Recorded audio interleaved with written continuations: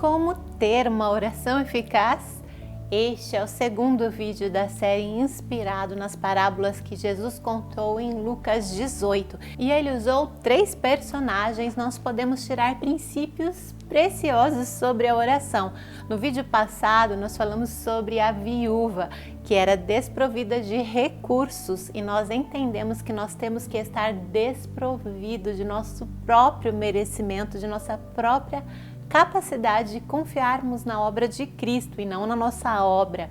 Aprendemos também que a oração não te coloca no lugar certo, você já foi colocado no lugar certo pela obra de Cristo, se você assim crer. E você não vai ser mais ou menos abençoado se você orar mais ou menos. Você já é abençoado. A oração na vida do cristão é um instrumento de domínio.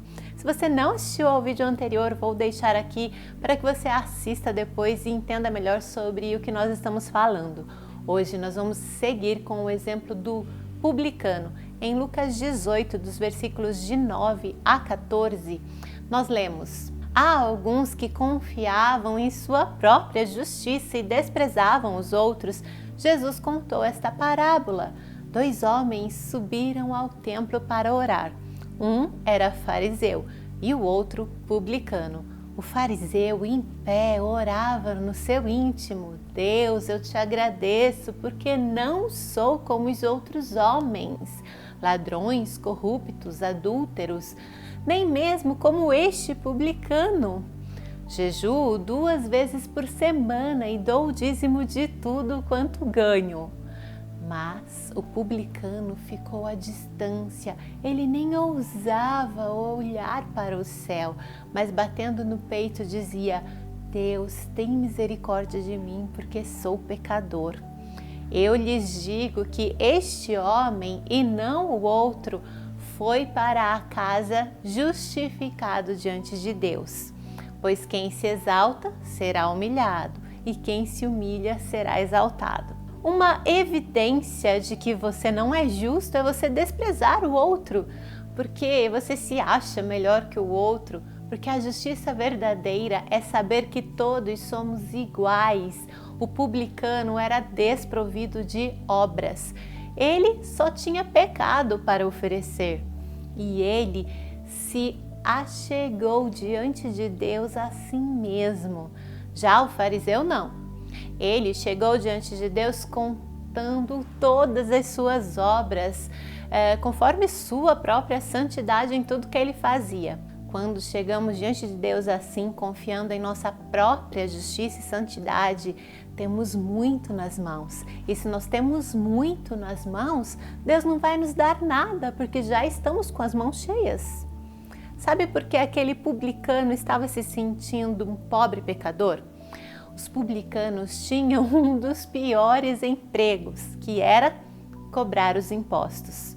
E ninguém gostava deles. Eles cobravam o dinheiro de seus irmãos judeus para dar aos romanos, para quem eles trabalhavam. Imagine a situação.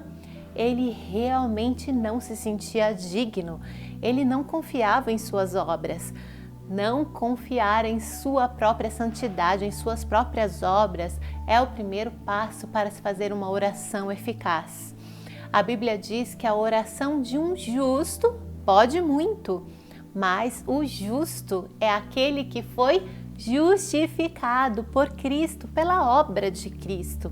Depois de ser justificado pela obra de Cristo, aí sim a sua oração pode muito, é muito poderosa em seus efeitos. Isso é ser justo, acreditar na obra justificadora de Cristo, que Ele cumpriu toda a lei, ganhou a vida eterna e nos deu como presente essa vida.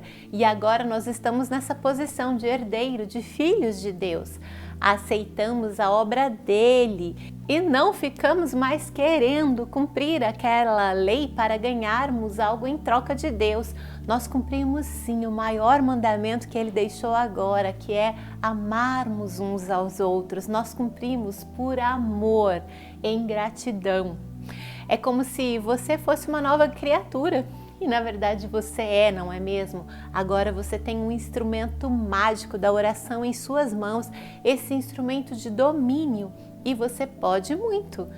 Se você ainda está vivendo quebrado em todos os sentidos da sua vida, é porque você ainda está tentando fazer algo para merecer. Lembra? A viúva desfrutou da boa vontade e o publicano desfrutou da agradável vontade de Deus. A boa vontade é quando você se torna filho, a agradável vontade é quando você recebe tudo aquilo que Jesus conquistou na cruz para você. Lembra aquele texto de Jeremias 17:5? Diz assim: maldito o homem que confia no homem e faz da carne o seu braço e aparta o seu coração do Senhor. Este texto não estava dizendo que você não deve confiar nas pessoas, no seu próximo, não. Estava falando maldito aquele homem que confia no homem, em si próprio.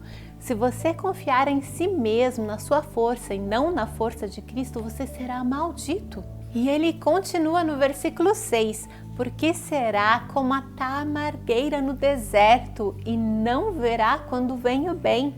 Antes morrerá nos lugares secos do deserto, na terra salgada e inabitável. Se você ficar olhando para você mesmo, você não verá o bem que vem de Deus. O bem vem de fora, vem de Deus. Esse amargor no deserto é confiarmos em nós mesmos, acharmos que sejamos capazes de conquistar algo. Seja humilde e confie na obra de Cristo. Não queira se achar suficientemente bom como Cristo ao ponto de achar que você vai conseguir cumprir aquela lei. Ninguém conseguiu até hoje, apenas Cristo fez isso. Agora a época é outra. Agora é a época de você viver o amor, a graça. A graça e a verdade vieram através de Jesus. A lei foi dada através de Moisés. Mas agora vivemos a graça e a verdade que foi dada através de Jesus. Cabe a você receber e espalhar esse amor. Continuando este texto, bendito o homem que confia no Senhor, cuja confiança é o Senhor, porque será como árvore plantada junto às águas que estende as suas raízes para o ribeiro e que não receia quando vem o calor, não. Mas a sua folha fica verde e o ano de sequidão não se afadiga e nem deixa de dar fruto. Se nós estivermos com as nossas raízes no ribeiro, receberemos a nutrição que vem de Deus. E aí nós vamos frutificar, não importam as crises, os anos de sequidão. Se você confia no seu Pai Celestial, no seu Deus querido, que deu o seu Filho para vir à terra e cumprir uma obra que você nunca conseguiria cumprir, não nos dará juntamente com Cristo todas as coisas? O segundo passo para ter uma oração eficaz é confiar totalmente em Deus, não em você próprio. Se humilhe dizendo: Senhor, eu só tinha pecado, eu não era digno de receber, eu jamais conseguiria cumprir aquela lei, eu não tenho nada a oferecer além da minha vida. Você se humilhando, reconhecendo a obra de Cristo, você será exaltado, porque Cristo já te colocou nos lugares celestiais e aí você tem esse domínio restituído. Aquele que Adão perdeu lá no jardim e Cristo tomou de volta, agora deu para você, seja exaltado. Continue abençoado.